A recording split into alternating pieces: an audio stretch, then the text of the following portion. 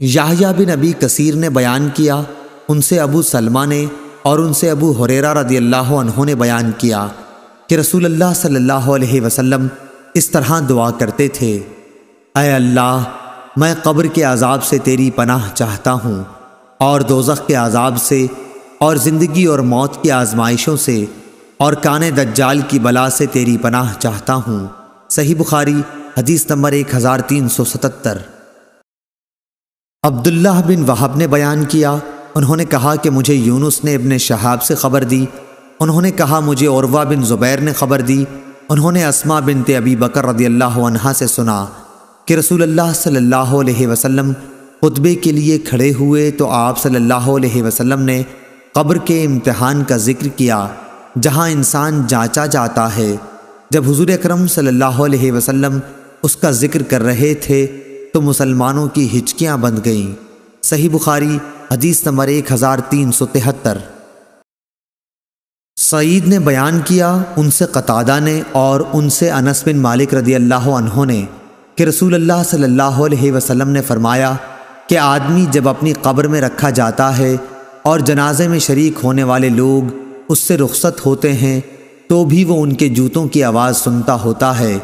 کہ دو فرشتے منکر نکیر اس کے پاس آتے ہیں، وہ اسے بٹھا کر پوچھتے ہیں کہ اس شخص یعنی محمد رسول اللہ صلی اللہ علیہ وسلم کے بارے میں تو کیا اعتقاد رکھتا تھا؟ مومن تو یہ کہے گا کہ میں گواہی دیتا ہوں کہ آپ صلی اللہ علیہ وسلم اللہ کے بندے اور اس کے رسول ہیں۔ اس جواب پر اس سے کہا جائے گا کہ تو یہ دیکھ اپنا جہنم کا ٹھکانہ، لیکن اللہ تعالیٰ نے اس کے بدلے میں تمہارے لیے جنت میں ٹھکانہ دے دیا۔ اس وقت اسے جہنم اور جنت دونوں ٹھکانے دکھائے جائیں گے۔ قتادہ نے بیان کیا کہ اس کی قبر خوب کشادہ کر دی جائے گی جس سے آرام و راحت ملے۔ پھر قتادہ نے انس رضی اللہ عنہ کی حدیث بیان کرنی شروع کی، فرمایا اور منافق و کافر سے جب کہا جائے گا کہ اس شخص کے بارے میں تو کیا کہتا تھا تو وہ جواب دے گا کہ مجھے کچھ معلوم نہیں، میں بھی وہی کہتا تھا جو دوسرے لوگ کہتے تھے۔ پھر اس سے کہا جائے گا نہ تو نے جاننے کی کوشش کی اور نہ سمجھنے والوں کی رائے پر چلا۔ پھر اسے لوہے کے گرزوں سے بڑی زور سے مارا جائے گا کہ وہ چیخ پڑے گا، اور اس کی چیخ کو جن اور انسانوں کے سوا اس کے آس پاس کی تمام مخلوق سنے گی۔ صحیح بخاری حدیث نمبر 1374۔ عبدان نے بیان کیا، کہا مجھ کو میرے باپ عثمان نے خبر دی، انہیں شعبہ نے، انہوں نے اشعث سے سنا، انہوں نے اپنے والد ابو شعشع سے، انہوں نے مسروق سے اور انہوں نے عائشہ رضی اللہ عنہا سے کہ ایک یہودیہ عورت ان کے پاس آئی، اس نے عذاب قبر کا ذکر چھیڑ دیا اور کہا کہ اللہ تجھ کو عذاب قبر سے محفوظ رکھے۔ اس پر عائشہ رضی اللہ عنہا نے رسول اللہ صلی اللہ علیہ وسلم سے عذاب قبر کے بارے میں دریافت کیا۔ آپ صلی اللہ علیہ وسلم نے اس کا جواب دیا کہ ہاں، عذاب قبر حق ہے۔ عائشہ رضی اللہ عنہا نے بیان کیا کہ پھر میں نے کبھی ایسا نہیں دیکھا کہ آپ صلی اللہ علیہ وسلم نے کوئی نماز پڑھی ہو اور اس میں عذاب قبر سے خدا کی پناہ نہ مانگی ہو۔ غندر نے عذاب القبر حق کے الفاظ زیادہ کیے۔ صحیح بخاری حدیث نمبر 1372۔ علی بن عبداللہ بدینی نے بیان کیا، کہا کہ ہم سے یعقوب بن ابراہیم نے، ان سے ان کے والد نے، ان سے صالح نے، ان سے نافع نے کہ ابن عمر رضی اللہ عنہ نے انہیں خبر دی کہ نبی کریم صلی اللہ علیہ وسلم کنویں جس میں بدر کے مشرک مقتولین کو ڈال دیا گیا تھا والوں کے قریب آئے اور فرمایا تمہارے مالک نے جو تم سے سچا وعدہ کیا تھا اسے تم لوگوں نے پا لیا۔ لوگوں نے عرض کیا کہ آپ مردوں کو خطاب کرتے ہیں؟ آپ صلی اللہ علیہ وسلم نے فرمایا کہ تم کچھ ان سے زیادہ سننے والے نہیں ہو، البتہ وہ جواب نہیں دے سکتے۔ صحیح بخاری حدیث نمبر 1370۔ حفص بن عمر نے بیان کیا، کہا ہم سے شعبہ نے، ان سے علقمہ بن مرثد نے، ان سے سعد بن عبیدہ نے اور ان سے براء بن عازب رضی اللہ عنہ نے کہ نبی کریم صلی اللہ علیہ وسلم نے فرمایا کہ مومن جب اپنی قبر میں بٹھایا جاتا ہے تو اس کے پاس فرشتے آتے ہیں، وہ شہادت دیتا ہے کہ اللہ کے سوا کوئی معبود نہیں اور محمد صلی اللہ علیہ وسلم اللہ کے رسول ہیں۔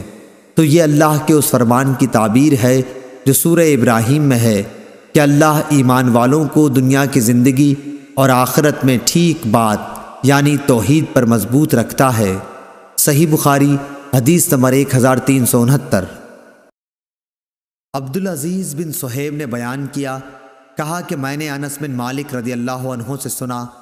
آپ نے فرمایا کہ صحابہ کا گزر ایک جنازے پر ہوا،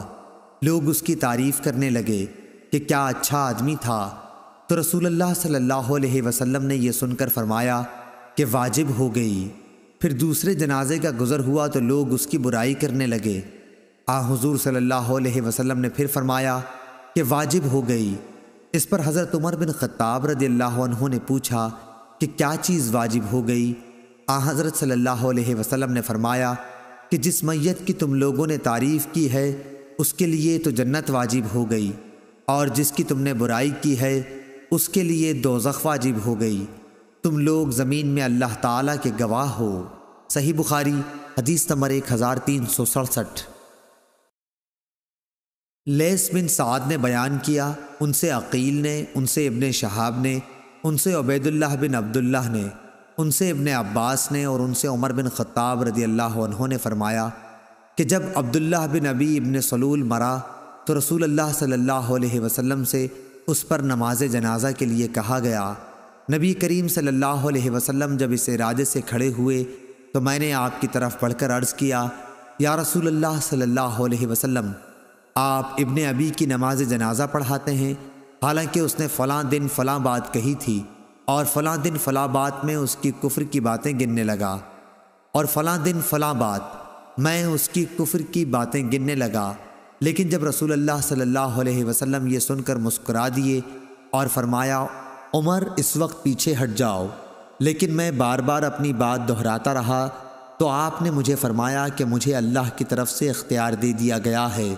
میں نے نماز پڑھانی پسند کی، اگر مجھے معلوم ہو جائے کہ 70 مرتبہ سے زیادہ مرتبہ اس کے لیے مغفرت مانگنے پر اسے مغفرت مل جائے گی تو اس کے لیے اتنی ہی زیادہ مغفرت مانگوں گا۔ حضرت عمر رضی اللہ عنہ نے بیان کیا کہ حضرت صلی اللہ علیہ وسلم نے اس کی نماز جنازہ پڑھائی اور واپس ہونے کے تھوڑی دیر بعد آپ پر سورہ برات کی 2 آیتیں نازل ہوئیں، کسی بھی منافق کی موت پر اس کی نماز جنازہ آپ ہرگز نہ پڑھائیے، آیت وہم فاسقون تک، اور اس کی قبر پر بھی مت کھڑا ہو۔ ان لوگوں نے اللہ اور اس کے رسول کی باتوں کو نہیں مانا اور مرے بھی تو نافرمان رہ کر۔ حضرت عمر رضی اللہ عنہ نے بیان کیا کہ مجھے رسول اللہ صلی اللہ علیہ وسلم کے حضور اپنی اس دن کی دلیری پر تعجب ہوتا ہے، حالانکہ اللہ اور اس کے رسول ہر مصلحت کو زیادہ جانتے ہیں۔ صحیح بخاری حدیث نمبر 1366۔ ابو زناد نے خبر دی، ان سے اعرج نے، ان سے ابو ہریرہ رضی اللہ عنہ نے بیان کیا کہ رسول اللہ صلی اللہ علیہ وسلم نے فرمایا کہ جو شخص خود اپنا گلا گھونٹ کر جان دے ڈالتا ہے وہ جہنم میں اپنا گلا گھونٹتا رہے گا، اور جو برچھے یا تیر سے اپنے تئیں مارے وہ دوزخ میں بھی اس طرح اپنے تئیں مارتا رہے گا۔ صحیح بخاری حدیث نمبر 1365۔